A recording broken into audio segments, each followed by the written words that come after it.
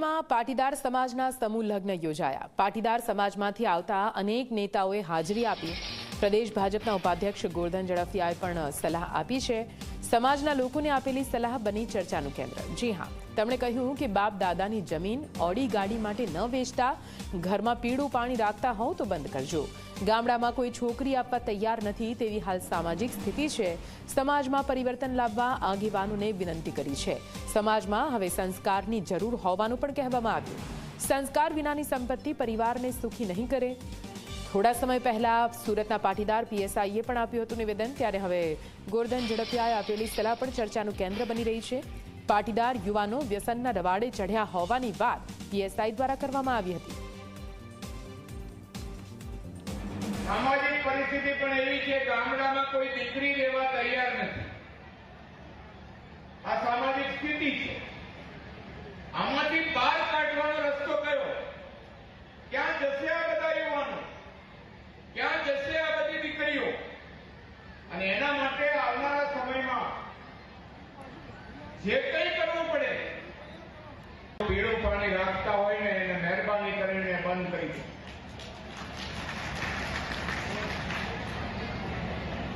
કદાચ તમને એવું લાગતું હશે તમે 21મી સદીમાં ગયા, પણ એ દીકરીને પૂછી જુઓ, એના પત્નીને પૂછી જુઓ, એની દીકરી નાનકડીને પૂછી જુઓ, આનાથી પરિણામ શું આવે છે। અને એટલા માટે આપણે બધાએ સુધરી જવાની જરૂર નથી, અંદરથી સુધરવાની જરૂર છે, બહારથી સુધરવાની કોઈ આવશ્યકતા નથી। અને એટલા માટે આપણે સમાજની, અને કદાચ ખોટું લાગે તો ભલે લાગે,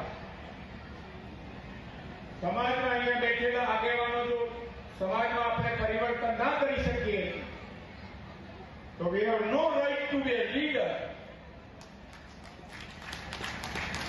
આપણને નેતા કહેવાનો કોઈ અધિકાર નથી।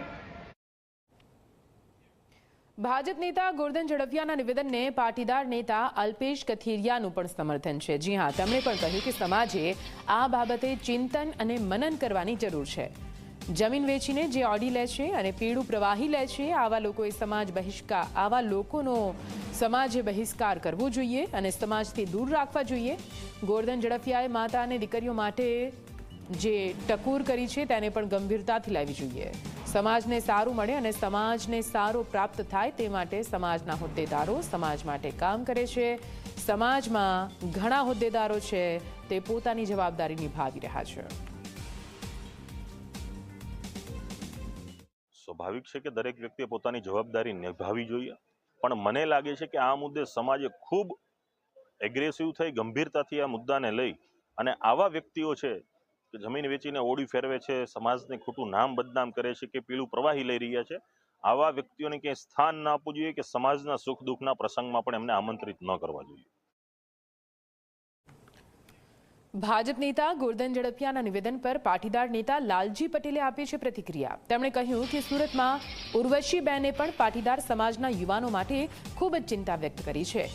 યુવાનોને વ્યસનમાં જેટલો રસ છે તેટલો સમાજ સેવામાં નથી તેવું તેમનું કહેવું છે। ગોરધનભાઈની વાત સાથે હું સહમત છું।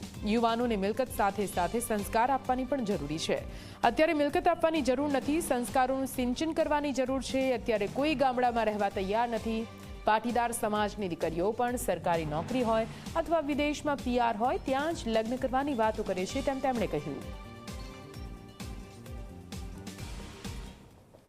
હું તો એસપીજી દ્વારા ગામડે ગામડે ફરું છું અને જે વાતાવરણ યુવાનોની અંદર જોઈ રહ્યો છું તો એમને વ્યસન પાછળ જેટલો રસ છે એટલો સમાજ સેવા પાછળ રસ નથી।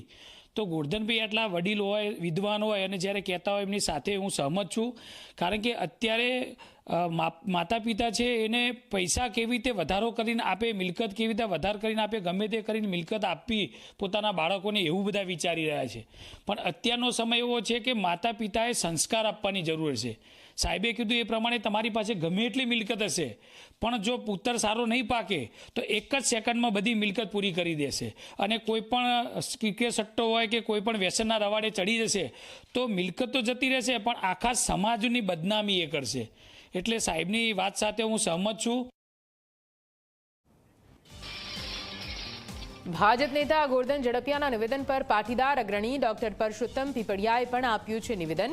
તેમણે કહ્યું કે ગોરધનભાઈ પટેલે સમાજના યુવાનોને ચેતવવાનું કામ કર્યું છે. જે દૂષણો ફેલાય છે તેને દૂર કરવાની જવાબદારી તમામ લોકોની છે. સમાજની સાથે સાથે માતા પિતા અને તંત્રની પણ જવાબદારી વધે. કલેક્ટિવ કામગીરી કરવામાં આવશે તો જ દૂષણો દૂર થશે.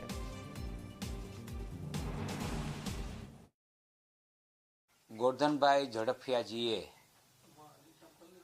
જે પાટીદાર મંચ ઉપરથી નિવેદન આપેલ છે તે એને પાટીદાર નેતાની હેસિયતથી આપેલ છે અને તે વ્યાજબી છે એટલા માટે કે એને સમાજના દીકરાઓને યોગ્ય રસ્તે દોરવાનો પ્રયાસ કર્યો છે અને તે સરાહનીય અને આવકાર્ય છે.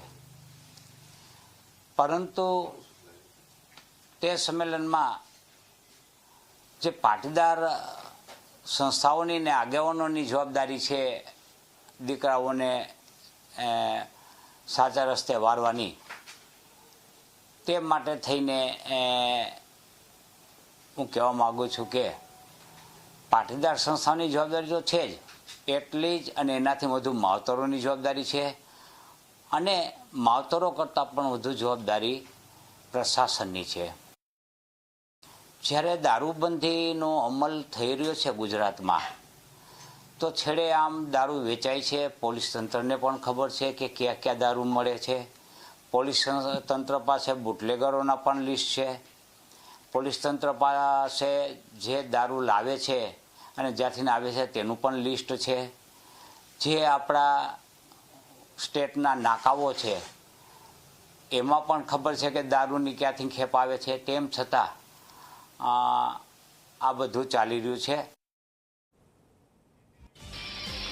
ભાજપના નેતા ગોરધન ઝડપિયા અને ઉર્વિશા મેંદપરાના પાટીદાર સમાજના દૂષણ અંગેના નિવેદનને પાટીદાર નેતાઓએ સમર્થન આપ્યું છે. ખોડલધામ ટ્રસ્ટના પ્રવક્તા હસમુખ લુણાગરિયાએ પણ આપ્યું છે સમર્થન. તેમણે કહ્યું કે ગોરધનભાઈ ઝડપિયા સમાજના મુરબ્બી વડીલ આગેવાન છે. પાટીદાર સમાજની વસ્તી બહોળા પ્રમાણમાં વધુ હોવાને કારણે વધુ કિસ્સા સામે આવતા હોય છે. અન્ય સમાજે પણ આ બાબત જાણવી જોઈએ અને જોવી જોઈએ. ગોરધનભાઈ ઝડપિયા એક સમૂહ લગ્નમાં એમને જે નિવેદન કર્યું છે, ગોરધનભાઈ ઝડપિયા સમાજના વડીલ છે, મુરબ્બી છે, આજ્ઞાકારી પણ છે. એમને જે વાત કરી એ યુવાનોને એક ટકોર માટેની વાત છે. બીજી વાત કે ઉર્વિશાબેને જે વાત કરી બીજા સમાજના આગેવાનો, હવે સમાજ જ આટલો મોટો અને બહોળો છે એટલે સ્વાભાવિક છે કે સમાજના લોકોને જ લાગુ પડતું હોય અને મોટી સંખ્યામાં એ દેખાતું હોય. એટલે પર્ટિક્યુલર પાટીદાર સમાજ જ આમાં છે એવું નથી, સર્વ સમાજના લોકો છે. પણ એક બોડી સંખ્યાના લીધે સમાજના લોકો બોડી સંખ્યામાં દેખાતા હોય એને ધ્યાને લઈ અને પાટીદાર સમાજના યુવાનોને એમને ટકોર કરી છે. અને આ બાબતે યુવાનો પણ આ વડીલોની આજ્ઞા માની અને આવું કંઈ પેલું ના થાય એના માટે આ આજ્ઞાનું 100% પાલન કરે. બાકી કોઈ આ મુદ્દો માત્ર ને માત્ર પાટીદાર સમાજને સ્પર્શતો હોય એવું નથી, સર્વ સમાજને લાગુ પડતો હોય.